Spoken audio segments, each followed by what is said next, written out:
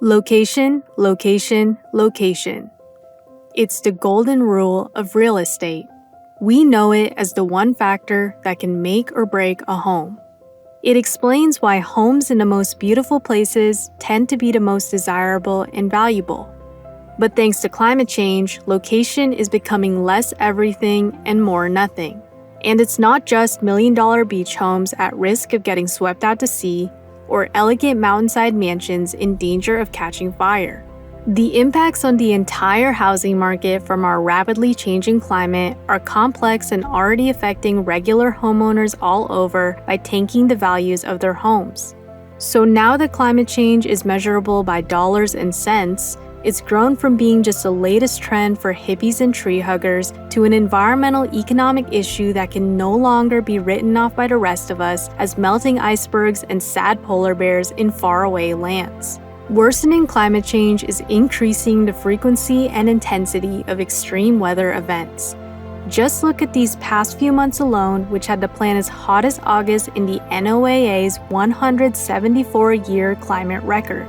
This month marked the tail end of the Northern Hemisphere's hottest summer and the Southern Hemisphere's warmest winter. But it's not just heat waves. The historic impact of Tropical Storm Hillary Sunday marked the wettest August and wettest summer day on record for San Diego. Tinderbox conditions out in California fueling a wildfire in Mariposa County that exploded in size overnight, as you can see there. So Ian has made landfall as a Category 4, winds of 155 miles per hour. The NOAA first started tracking the cost of the nation's biggest climate-related disasters in the 1980s.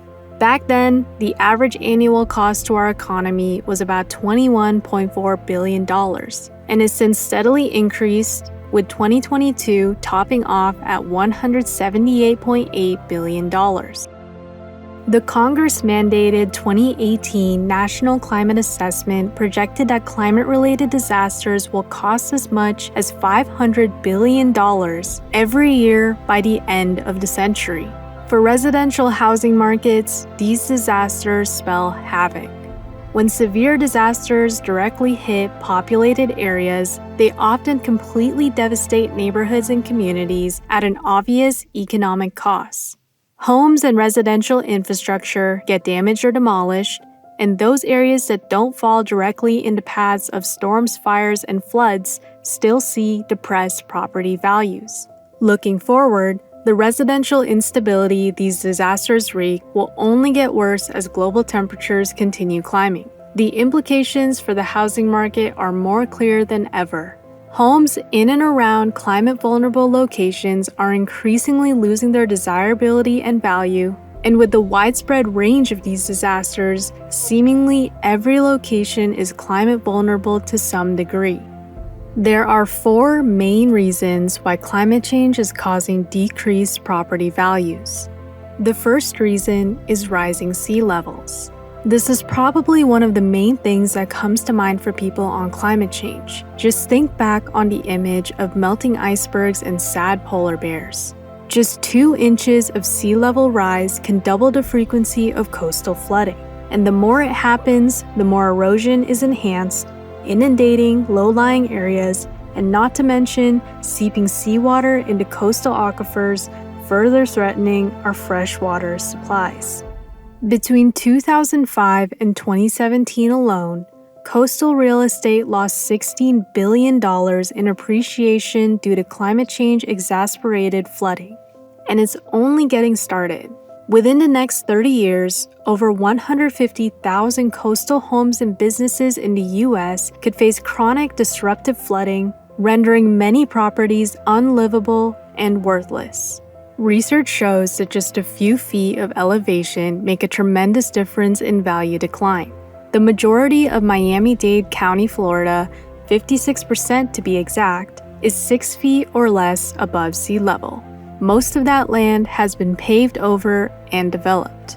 A multi-year study measured the appreciation rates of properties in the county at high elevations versus low elevations. For homes built below the median elevation, appreciation lagged by 7 to 10%. This valuation gap is sure to widen as sea levels in the area are predicted to rise 3 to 8 feet over the next century, putting those lower-lying properties at risk of collapsing values. The second reason why climate change is causing decreased property values is increasing energy costs. Cranking up the AC 24/7 during heat waves is astronomically expensive, as is blasting the heat when the temperatures drop. These climate-related weather extremes drive up residential energy demand, and inflated utility bills chip away at homeowners' discretionary income, reducing availability for mortgage payments and lowering property affordability. This can lead to a decrease in property values as current homeowners and potential buyers are less likely to be willing to pay as much for a home that has higher operating costs. For current owners in places with high energy demands, this can further spur relocation to more temperate regions with lower energy demands. Population migration then places downward pressure on housing valuations in especially climate-vulnerable areas nationwide. In this 2022 report from the Lawrence Berkeley National Laboratory, using a sample of 26,000 home sales and the DOE's Home Energy Score 1 to 10 rating scale, 10 being the most energy efficient, the research team found that the more energy efficient a home is, the greater its sales price.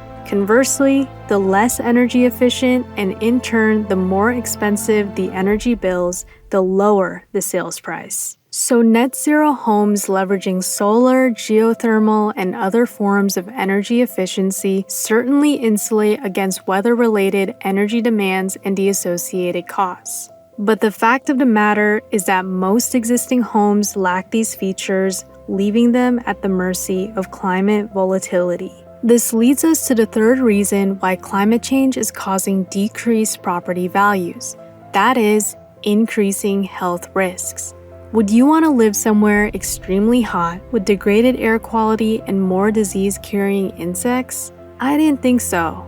Research shows that home buyer demand, and therefore property values as well, are sinking right along with the habitability in these hard-hit areas. In this 2022 report from Grantham at LSE, the research team found that when assessing against the U.S. Clean Air Act standards for fine particulate matter, increased air quality resulted in higher home prices compared to homes in more polluted regions. This can look like properties in climate-vulnerable regions lingering longer on the market and/or selling for under-asking. Similarly, urban heat islands already discourage home buying by elevating risks of heat stroke, cardiovascular failure, and respiratory distress. And as mosquitoes carrying malaria, dengue, Zika, and other pathogens are increasingly drawn to more areas with warmer weather, properties in those regions become less attractive. In essence, air pollution, heat waves, shifting allergen seasons, infectious disease spread, and other public health threats make owning a home less idyllic. Thus, health represents yet another dimension by which a changing climate depresses property valuations. Finally, the fourth reason why climate change is causing decreased property values is elevated premiums and policy cancellations by the insurance industry. According to the Insurance Information Institute, in 2022, insurers reported $98 billion in losses from U.S. disasters, up from $92 billion in 2021 and $74 billion in 2020. The insurance company's response? The only thing you can count on is in a changing world with increasing risk, premiums will go up. Because as George Hosfield puts it, obviously, insurance companies need to price insurance in a way that allows them to take in at least as much money as they pay out in claims. The average price of home insurance has increased 21% nationwide since 2015. This graph from NPR compares the difference between January 1st, 2015 and the end of the first quarter of 2023. Some states, including those on the front lines of climate-driven disasters, have seen premiums rise even more dramatically. Texas and Colorado have seen increases of about 40% since 2015. In Florida, the statewide average is 57% higher than it was 7 years ago. Following the 2020 fire season in California alone, the nation's biggest insurance market, over 50 insurance companies filed rate increase requests asking regulators to raise premiums for homeowners by as much as 40%. But still, those higher rates haven't stopped insurers from simply reducing coverage or outright leaving some of the most climate-vulnerable markets. Top insurers have left the California market, at least when it comes to new homeowner policies, because of the growing risk of wildfire danger. You stir all this together, and the bottom line for the insurance industry is climate change is completely upending their business. And it's only growing. As of May 2023, several of the largest home insurance providers in California, including State Farm, Allstate, Farmers, USAA, and most recently CSE, have announced plans to limit business or leave California entirely. No insurance means no deal. When insurance coverage vanishes, uninsured properties become unsellable, whereas insured properties bake these higher premiums into sales prices and appraisals. Translation: none other than reduced valuations for homes in exposed areas through higher premiums and market illiquidity. So all this said, you obviously don't want your home to lose its value over climate change. If there's any push towards reversing this scorching phenomenon, hopefully this video can be a reason.